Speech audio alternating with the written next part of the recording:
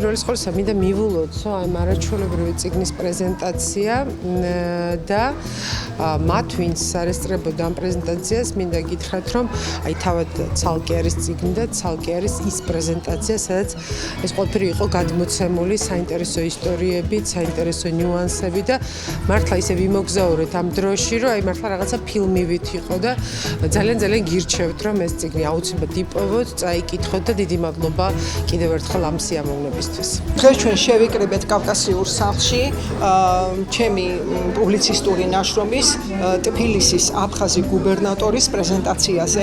ეს წიგნი გამოიცა თბილისის მერიის მხარდაჭერით.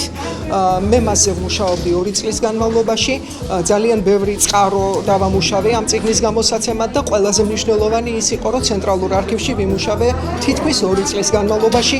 შევისწავლე ეპისტოლარული მემკვიდრეობა შერვაშიძეების, ერთმანეთს შორის ოჯახის წევრების მიმოწერა და ეს ფაქტობრივი ძირითადი წყარო იყო, რასაც ვეყრდნობოდი ამ წიგნის დაწერისას. ჩვენი კვლევის ძირითადი მომენტი იყო ის, რომ გიორგი დიმიტრიძე შერვაშიძე გახლდათ ჩვენი სამშობლოს დედაქალაქის ვიცე-გუბერნატორი 6 წლის განმავლობაში და 8 წლის განმავლობაში გუბერნატორი და ამ 14 წლის განმავლობაში უდიდესი ღირებულების და მნიშვნელობის საქმეები აქვს გაკეთებული, რაც სამუდამოდ ჩაიწერება თბილისის ისტორიაში, კულტურისა და საერთოდ ზოგადად ისტორიაში.